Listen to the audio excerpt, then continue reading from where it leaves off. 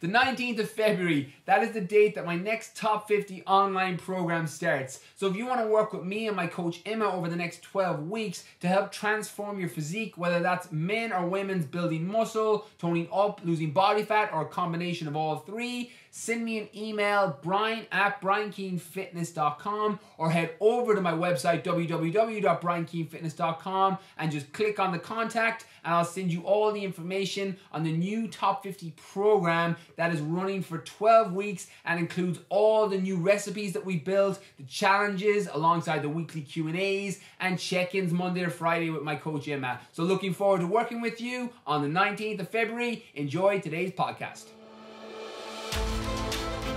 You're listening to the Brian Keane Fitness Podcast, where Irish fitness entrepreneur Brian Keane answers your questions and interviews leaders in the world of fitness, health, mindset, and natural wellness to share tips about all things that can support you on your journey to becoming the best version of yourself and build a bulletproof mindset to get whatever you want out of life. Come join the fun.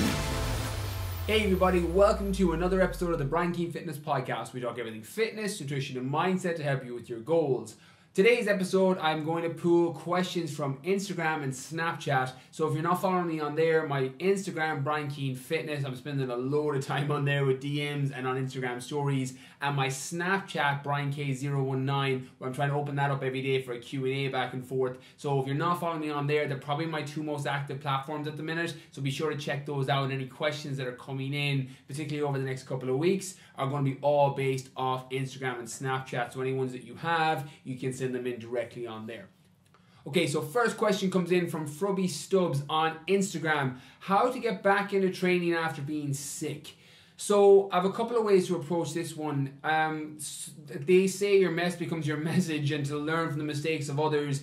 And the truth is, in my early 20s and mid 20s, training when I was sick was probably one of the biggest mistakes that I used to make. Again, it's not healthy for anybody else being in the gym when you're sick because you're only going to make other people sick.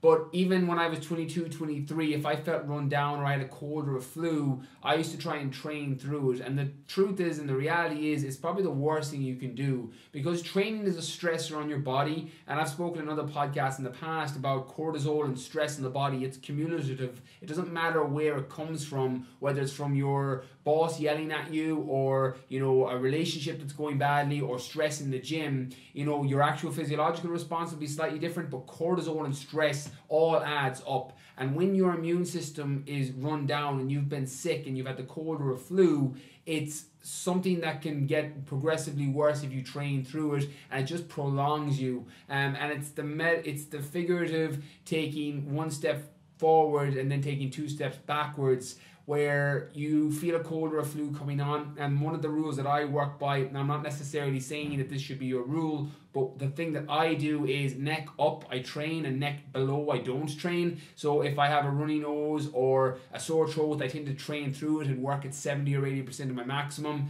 And if it's neck below, like a chest infection or a cough, it's something that I tend to completely take a break from.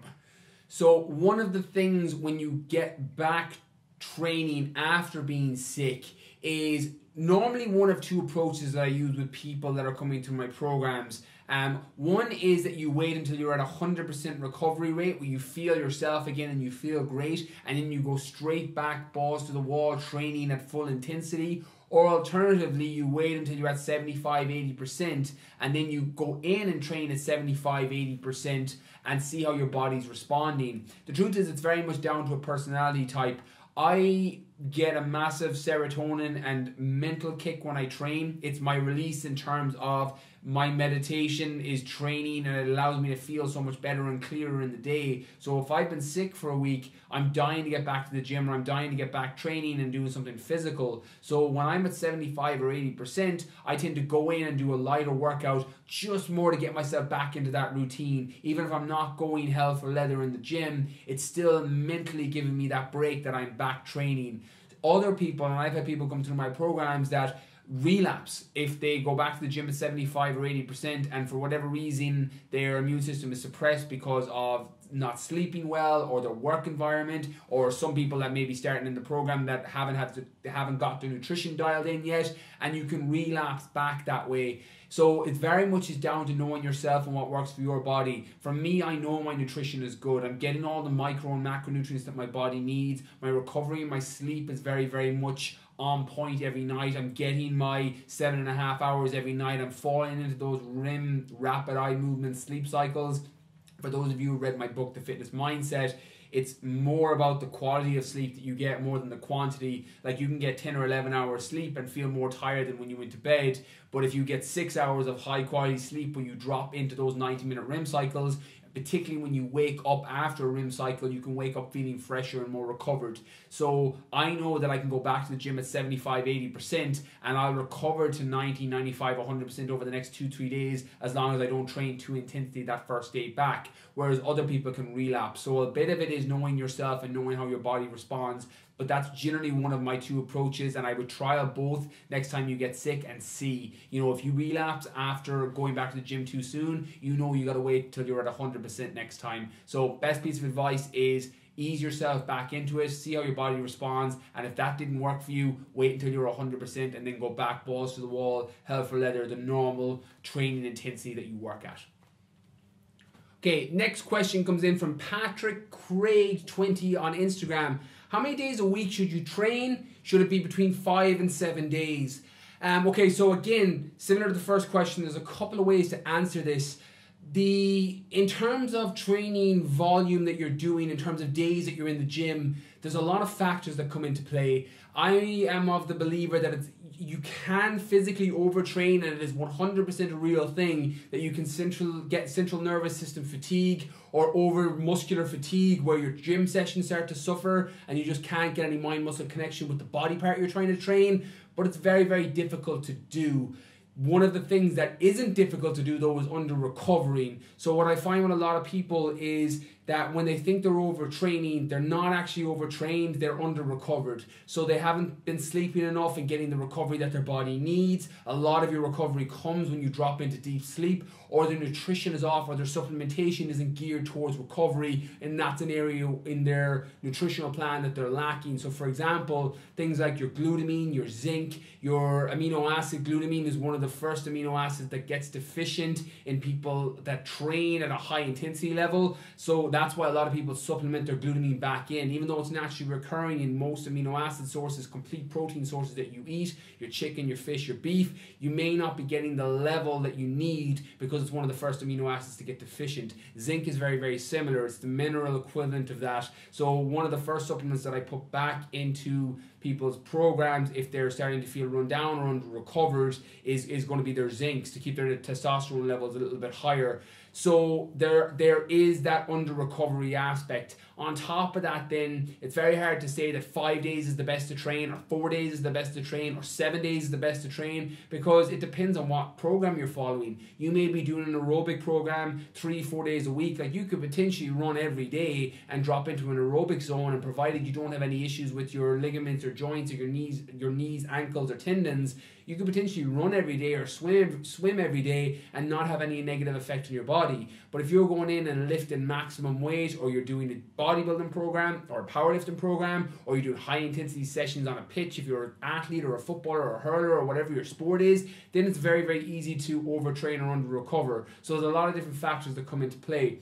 I found for me the sweet spot is around that 4 or 5 days.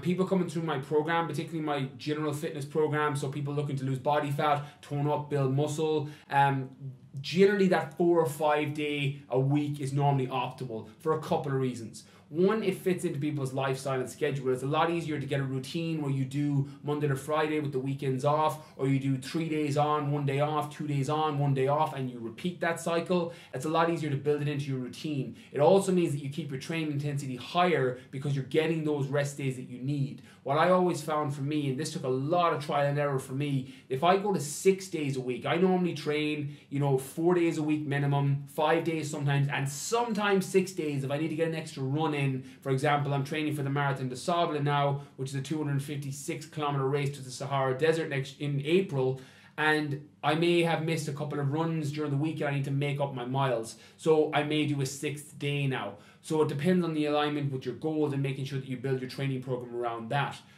But the truth is, it's very much down to the quality of your workout as opposed to the quantity that you're doing. You're way better off, and when people come in through my program, I prefer them hitting 4 sessions a week or 5 sessions a week where they're hitting it at 100% intensity, they're in and out of the gym in 50 minutes or 55 minutes, and their quality of their workout was good. They're tearing fibers down, they're elevating their heart rate if fat loss is a goal, and they're doing all the things that they need to do that's in alignment with whatever the specific goal is. My athletes, my GA players then are on the opposite side. If they're on the pitch 2 times a week, they're going to be in the gym slightly less, and they'll be focusing more on the recovery strategy, particularly coming into pre-season, coming into league games, and just making sure that their body is peaked coming into that. So again, it has to be in alignment with whatever your goals are. There is no one size fits all. If there was a one size fits all in terms of how many days we train, then everybody would train that amount of days and everybody would recover perfectly and everybody's body would respond either in composition or performance or whatever the goal is.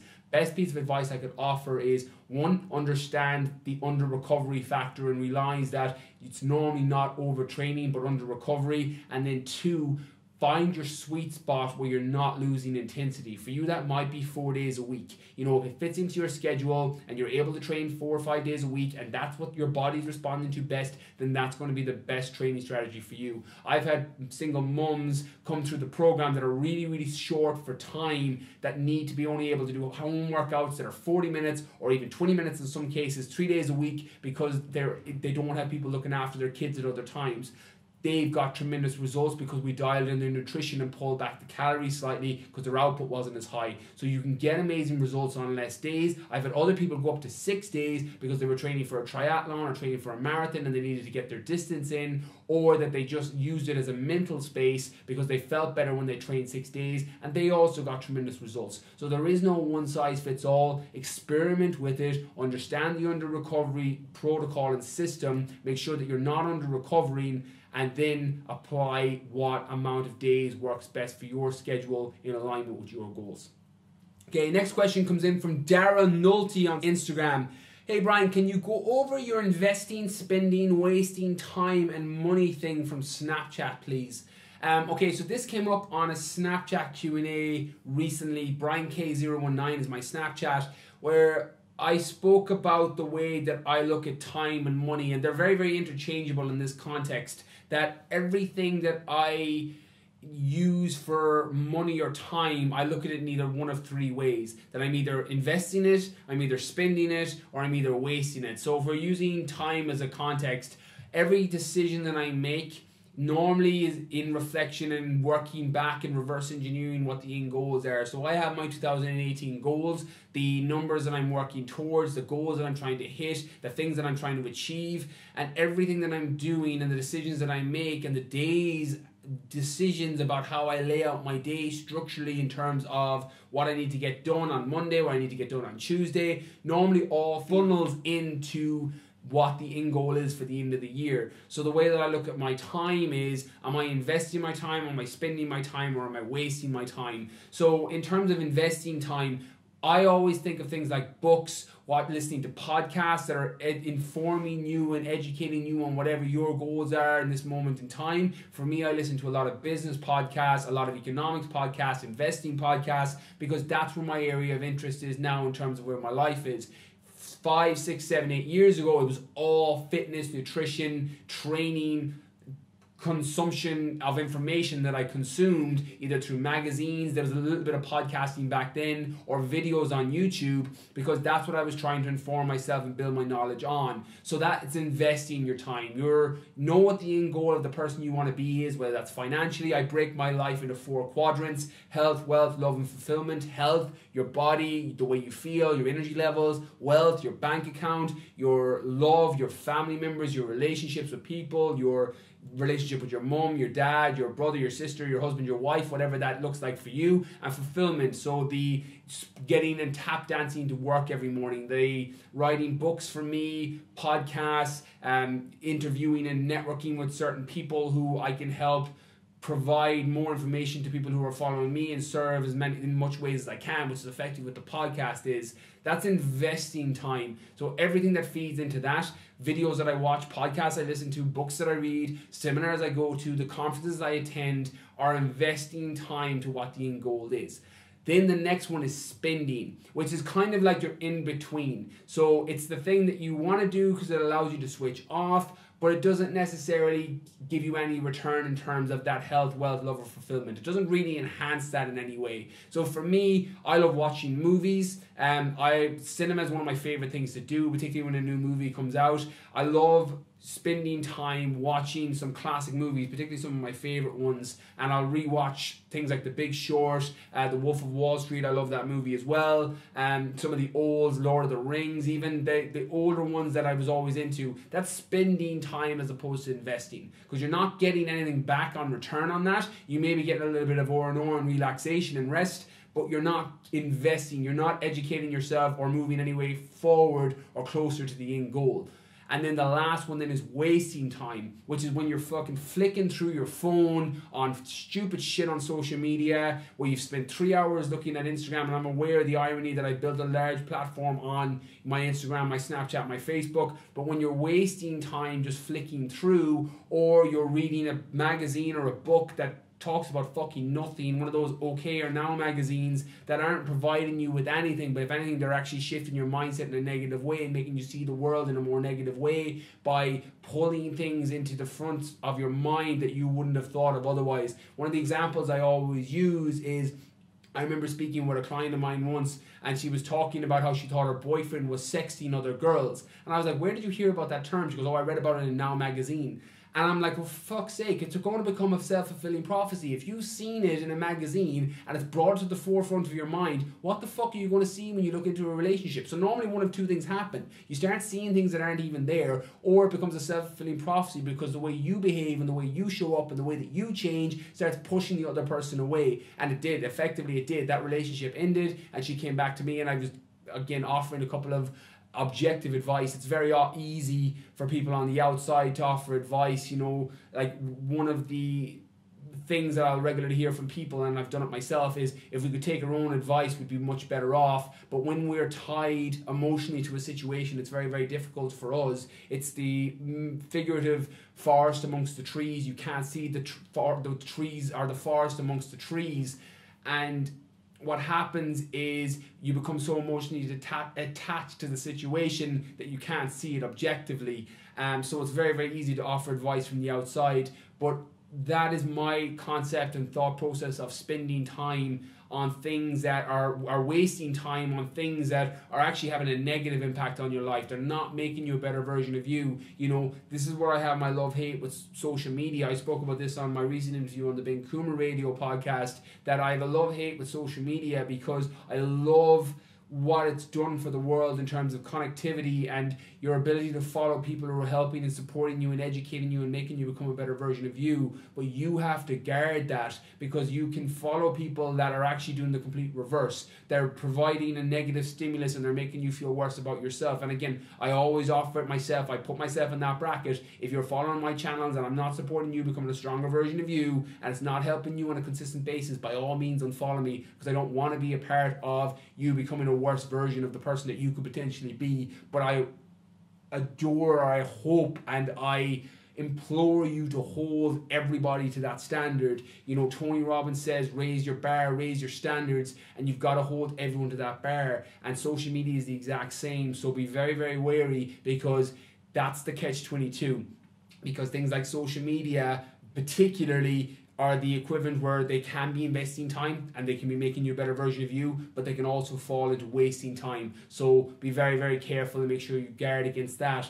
And again, money falls the exact same way. Every decision that I make, every penny that I spend, I tend to look at it in one of three ways. Am I investing my money? Am I spending my money? Or am I wasting my money? For investing, it to me is the traditional sense, the areas where I put my money into different, cryptocurrencies were a little bit more hit or miss, but things a bit more stable, like your real estate and stocks. Investing money, books, seminars, conferences, spending money on that. I never base things off price. I base things off value. Price is what you pay and value is what you get. And when you start to see the world in terms of not the price you pay for things, but the amount of value that you're going to get. Is it going to cut your learning curve? Is it going to help you become a stronger version of you? Is it going to improve your energy, your health, your wealth, your love, your happiness? Is it going to support you? If it is, then invest your money in that, because it's going to come back to you tenfold, either in a monetary sense or in a lifestyle or fulfillment sense. Spending is the same. Going out and spending money, and again, the cinema is a great example that I use. I'm never getting that money back, but I'll happily go to the cinema every weekend or every second weekend with my daughter and go see whatever the new kids movie is, because I love spending time, even though that's investing in our relationship. The actual monetary sense is just spending money. I'm not going to get it back. That €20 you spend is not coming back to you. Where you invest €20 into something else, into a book, you're going to get a nugget of gold back, and you'll probably see that return on investment in €20. And then wasting money is your stupid shit. Your fucking €200 watch when you could have done with a €50 watch when you had money that you needed to spend on something else. That's wasting money. And I'm the first one to say, the things that you like and that are important to you, by all means spend your money on them.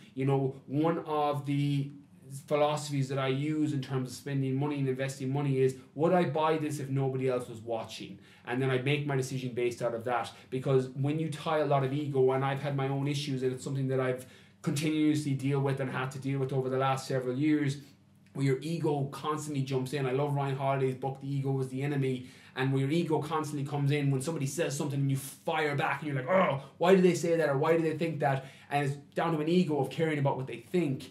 And spending money on or wasting money on certain things can be the same. So, I always put it down to things like, would I train if nobody was watching? I would 100% train. If I lived on a desert island, I would train. I would do some form of push-ups and pull-ups because I like the way it makes me feel and it gives me more energy. Would I drive around an expensive car if no one was watching? Probably not. I'm very fortunate. I have a nice car. I have a nice house. I have all of these things, because when you're providing value and helping people get what they want, you get everything you want. But in terms of, would I do it or buy it or consume it or have it if nobody was watching? Probably not. So one of the pitfalls, or one of the systems that I use myself when I'm about to waste money on something that I don't really need, I ask myself, well, would I buy this if nobody was watching? And that normally helps me make a decision, because there's an opportunity cost in everything that you spend. Opportunity cost is an economics term. It's when you spend money on one thing, it means you can't spend money on something else. So for example, the opportunity cost of doing one person's gym program means you can't spend that money on a pair of shoes that you want, or a dress that you want, or whatever it is that looks like for you. And that opportunity cost shows up everywhere in terms of spending money. So I tend to ask myself that question: if I spend money on something that I don't really need now, that I could have invested elsewhere, invested back in my business, invested into a book or an audio book or a seminar or a conference or a course or a mentorship or a program that would have helped move me forward, you start weighing things up and seeing them differently, and that helps a lot. So I tend to base a lot of my life philosophy in terms of time and money, even though I value time way more, because you can make more money. My time is my most precious commodity to me. It's the one thing that I protect. I love Seneca's book, The Shortness of Life, where he speaks that life isn't short, it's just that we waste it focusing on stupid shit that we don't need. Not his exact words. He was a Greek philosopher 2,000 years ago, so they're not his exact words, but he effectively talks that when you prioritize the things that are most important to you, life is long as you spend it doing the right things. And time is the commodity that I won't trade for anything that's not important to me, whereas I'll trade money and I'll take a chance and I'll take a hit on something if I think it will potentially pay off, or I think it'll make life easier, or it'll support the people around me, whereas I won't trade up my time. So that's probably the only difference between time and money. But in terms of the way I see it with investing, spending and wasting, that's my philosophy on it. So I hope that helps and provides a lot of value to you, Dara, and anybody else who's in a position where that might have been able to help them as well. Okay, next question comes in from DQZek on Snapchat. What's more important to lose body fat, eating a calorie deficit or keeping your protein high? So the truth is both are important for different reasons, but in truth, by just getting into a calorie deficit, it's probably going to support the end goal faster than even keeping your protein high. But I'm going to approach this from a couple of angles and flesh it out a small bit just to give you a bit more context. So when you say losing body fat, it's very important to understand, I've spoken about this in the podcast before, losing body fat and losing weight aren't the same thing. Losing weight is when you reduce a number on a scale. Losing body fat is when you reduce the fat on your body. Unless you're overweight or obese to begin with, you don't really have to worry about the scale number as such. It's more about your body fat that's climbing down, your measurements that are changing. But in terms of losing body fat, when you get into a calorie deficit, for those of you that don't know, a calorie deficit is just where you're eating less calories than your body needs. So for example, if your maintenance calories, the amount of calories you need to eat to stay the same weight is 2,000 calories and you eat below 2,000 calories, you're in a deficit. If you eat above 2,000 calories, you're in a calorie surplus. So the theory and the basic science is that if you drop into a calorie deficit, you'll lose body fat or lose weight faster. And the truth is that is 100% accurate for the most cases. I wish your body was as simple as 1 + 1 = 2, and if you dropped into a calorie deficit, you'd 100% drop body fat, but that's not necessarily the way your body works. There's lots of other things that come into play, your hormonal responses, genetic factors, the actual quality of food that you're eating. Like if you're eating a calorie deficit of Pop-Tarts and chocolate, your body fat may not climb even in a deficit. Or your body fat may not reduce even in a deficit. But if you're eating it with good quality foods, good complex carbs, healthy fats, quality protein, your body composition is going to change faster. So in terms of which one's more important, probably a calorie deficit. But keeping your protein high also is important for a couple of reasons. Now you can still reduce body fat by not having your protein super high, but one of the advantages that you have with protein is it's the same kilocalories per gram as it is per gram of carbohydrate. And it takes more calories for your body to break down a gram of protein than to break down a gram of carbohydrate. So your 1 gram of carbohydrate is 4 kilocalories, 1 gram of protein is 4 kilocalories, 1 gram of fat then is 9 calories, and alcohol is 7 calories. So for example, when you have a higher intake of protein, your body actually has to work harder to break down those grams than carbohydrates, for example. So it can slightly stimulate and elevate your metabolism, which means you can potentially burn more calories throughout the day. But where the gold really comes in is your lean muscle mass. When you have lean muscle, and this goes for all goals, whether your goal is to build muscle or lose body fat, you want to maintain quality lean muscle. And there's a little bit of a misconception, particularly in the female community, in sometimes where they think muscle, they think big jacked up bodybuilder. Muscle by its definition is super lean. When you see a girl who looks amazing in a bikini body, she's lean. She's got muscular tone, and what happens when you have muscular tone and you have that lean muscle, your metabolism is elevated because your body's moving around that amount of muscle, which means that you need to eat more food or increase your calories or eat more calories just to move around. So when you have lean muscle and you build, or you're following a program that's tearing fibers down, and then you have your protein higher and you're able to repair the fibers that you've torn with the amino acids you're consuming from protein, you can potentially elevate your metabolism and have a leaner muscular frame, which means that you burn more calories throughout the day. So that's where the advantage of having protein higher can come in. So in terms of, as I said, which one's more important, probably a calorie deficit if you had to choose, but the real goal is when you combine it. And again, high protein is relative. For some people it's a gram per body weight or kilo of body weight. For some people it's 2 grams. It really varies. Lots of different factors. Some people are going to have a worse inflammatory response with it higher. Other people are going to digest it really well. It depends on each person's genetic factors, hormonal makeup, and a lot of different training strategies that you may be applying on the amount of protein and amino acids that you may require to repair from workouts. So it's not, again, a one size fits all, but in terms of losing body fat, number 1 is going to be getting into a deficit, and then number 2 is definitely keeping your protein high enough from good quality sources, your chicken, your whey protein, your rice protein, your fish, and making sure that you're factoring that into your overall calorie intake. Okay, next question comes in from PattyNo10 on Snapchat. Should I do cardio before or after weights? Okay, so again, like most training or nutrition questions, it's very important to know what the end goal is. One of the things that I regularly say on the podcast is you can't hit a target you can't see. So it's super important to know what your goal is. A lot of the players that I work with in my GA program, the GA Lean Body program, you can have everything that you want to achieve in terms of building more muscle, getting the six-pack, getting faster, getting stronger, but you need to know what the end goal is. It's the same as someone coming through my normal fitness top 50 program. If you know you want to build lean muscle and you want to lose body fat so that your bum is bigger or that your abs are flatter or you have a six-pack and you know what the end goal is, you can reverse engineer your training program, nutrition plan, and the supplements you're using to hit that end goal. So the same is with cardio and doing it before or after weights. If body composition is your goal and you're trying to build muscle or you're trying to lose body fat or you're just trying to change the way the composition of the muscle so that you look better, I'd probably advise doing it after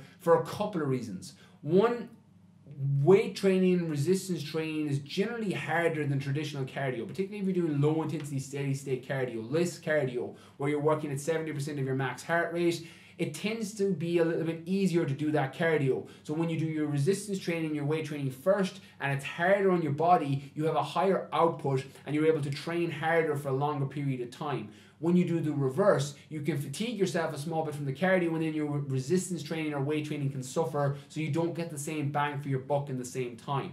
So if you're trying to lose body fat or you're trying to change your composition, I would probably do your resistance training first for quality reasons. There's also the old scientific studies done on your glucose, glycogen and body fats that if you're doing resistance training, it can burn through more glucose, which can burn through your muscle glycogen, which means that you can get into your fat stores faster. So when you're doing your cardio, you can potentially tap into your fat stores faster. That's also worth considering when composition is the end goal. However, if you're training for an endurance event where you're trying to build up to a half marathon or a full marathon or a triathlon or whatever it is, and that's the primary goal, then it may be worth doing your cardio beforehand, because you want to make sure that you're hitting your numbers and working your aerobic system so that you're able to hit that end goal of the endurance event. You may do some strength work or accessory work, hypertrophy after for compositions that you look a certain way, but your goal number one is performance. So whatever the goal is, reverse engineer your training program off the back of that. If you're trying to change your composition, then you're going to do your resistance training probably first and then do your cardio after. If you're training for a marathon, it's really important to get your run time down or to build up your aerobic capacity so that you're able to hit the distances you need. Then you're going to do your cardio first and then do your resistance training or weight training after.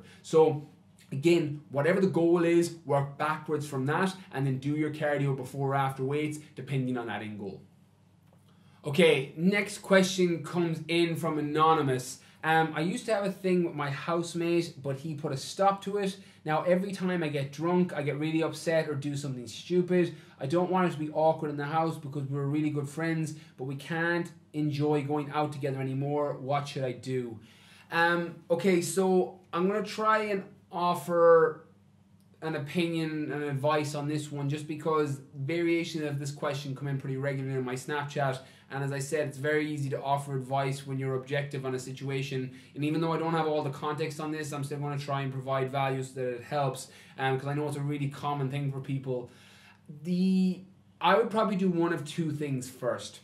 I would get very, very clear on where you stand in a sober sense on the whole thing, because what happens sometimes with alcohol and when you get drunk is it tends to break down the barrier of the way you're really feeling, and it tends to just kind of numb and shut off that part of the brain of rationality, and it lets your emotions take over. So sometimes, not always, but sometimes it can bring up the way that you're really feeling. So I would get very, very clear on how you feel about your housemate in reality when you're feeling normal during the day, and then what you do is going to be based out of that, because it's going to be one of two things. Either that you're really into your housemate and you only let yourself feel that way when you get drunk, and you may use it as a subconscious or conscious excuse. A lot of people do it, and you'll see them where they feel embarrassed around another person and they'll consciously go out and have a few drinks because they want to talk to that person or they want to tell them how they feel, and they just don't have the courage, the old Dutch courage. And they will make sure that they have a couple of drinks, and they have one of two things. Then they can either have the courage to go up and say it to them, or they can use it as an excuse if it goes badly. They can say, oh, I was drunk, I was upset because I drank too much. So I get very, very clear on that first. Richard Feynman has a great quote that I live my life by, where he says, don't fool yourself and you're the easiest person to fool. So I would get very, very clear on your feelings towards your housemate before you make any decision, because when you do that, the advice I'm going to offer was going to be different depending on what response or what answer comes back when you figure that out.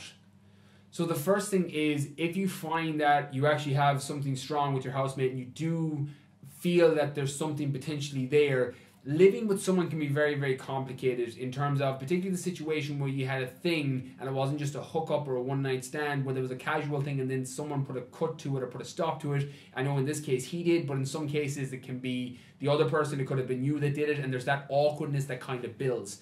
If there's a genuine thing where you want to proceed and see where that relationship goes, then it's very important to make your feelings clear and see where you stand with him. Like I put this in the mindset section of my book, one of the worry and anxiety that tends to build up in people is the not knowing something. You know, it's so funny because I've read a couple of good books, a really, really good book that I'm reading at the minute, the 5 biggest regrets of the dying. And one of the things that regularly comes up is when people are going for tests for a cancer or from some disease, it's the thought of not knowing that degrades them, that makes them break down. And then when they actually find out, well, look, you've got 6 months to live, all that weight gets taken off them. And it's very, very similar in the context of relationships with people. When you don't know where you stand, that's where all the stories in your own head start to build up. You get inside your own head and you can't see the situation objectively for what it really is, because you don't know where you stand with that other person. So I would find out if it is something that you're into and you want to pursue it further. I would literally lay it out with him sober and say, look, I really like you. I think there may be something here. Can you tell me where you stand with it? Because one of two things will come back. He will come back and say, look, I feel the same way. Let's maybe do this sober and see if it goes somewhere. I've seen that continuously happen with people. But he may come back and realize, look, what we had was, cool for a couple of weeks or a couple of months, but I'm actually seeing somebody else, or I'm not into pursuing this any further, and then you know that it's time to move on, because the not knowing is what kills us. It's in all areas of life, and that's why I love that book that I'm reading, because it gives context to how you do anything is how you do everything. And when you know, you can make decisions based out of it. And I would imagine a lot of your not knowing and that awkwardness now is not knowing where you stand. And it's the same in a job, it's the same in a relationship, it's the same in a family context, it's the same in anything we do in life. When we don't know where we stand with somebody, there's this unease, there's this discomfort, and it's down to conflict avoidance, where we don't want the conflict or we don't want the discomfort of the conversation that needs to be had. And sometimes the analogy that I like to use is when you go into the gym and you lift a weight and you're pushing past your comfort zone, because training's fucking hard. Like, lifting weights is hard, it's uncomfortable, particularly in the beginning when you're getting used to it first. It feels uncomfortable, but your body changes and you feel stronger and you get stronger and your composition changes because you're working in that discomfort. Your mindset is the exact same, your happiness is the exact same, your life is the exact same. When you start having those conversations that you're avoiding and you start leaning into the discomfort of the conversation, you can see where you stand and you feel happier out the other side. And also you end up having a stronger relationship with the people that you breach that boundary with, because all closeness and intimacy breeds closeness with people. So I would have that conversation. And then on the flip side of it is when you have a think on it and you realize that, you know what, I'm actually not into my housemate at all. What we had was cool, but it's just awkward now and I get upset when we drink. I would literally start breaking down how you really feel. And if that's the way you truly feel, what will happen is when you start going out drinking and you start consuming alcohol again, you'll realize that, you know what, I'm getting upset for no reason. I'm not even into this guy. It's the situation I'm upset with. I feel embarrassed because of the awkwardness in the house. And you may find that it's nothing to do with the guy, it's the situation, and you're afraid that the people in the house are talking, or you're afraid that your friends are, having a conversation about what you had and where's it going, and all that can breed discomfort in the way that you feel. So before you do anything else, it's super important to get clear with how you feel, because how you react and the decisions you make are going to be based off how you feel in reality, whether you're actually genuinely into your housemate or you're not into him at all, and then making the decisions out of that. So again, I hope that helps, and I hope anybody that's in a similar position in any area of their life, with a family member, in a relationship, in any context where you don't know where you stand, it's have that conversation. Because the truth is, one of the things, and I put this in my book, and I still have to do this and reevaluate it every couple of weeks or every month, what conversation are you avoiding? You know, that's the one you need to have. So what I would ask, and anybody that's listening to this right now, ask yourself, if you're feeling anxious, if you're feeling worried, if you're feeling stressed out, if you're feeling on edge for any reason, ask yourself, what's the conversation you're avoiding? Because the one thing I can guarantee is if you have that conversation and you start approaching it, that weight will lift off your chest because you'll know where you stand. And it's funny because when you think of the worst case scenario, in 99 out of 100 cases, it never ends up being that bad, and it can reduce a lot of anxiety and daily worry purely by having the conversations and finally knowing where you're going and who you're going with and what you're doing, as opposed to making up stories in your own head and thinking about the worst case scenario and then never doing anything about it. So again, ask yourself, and if you need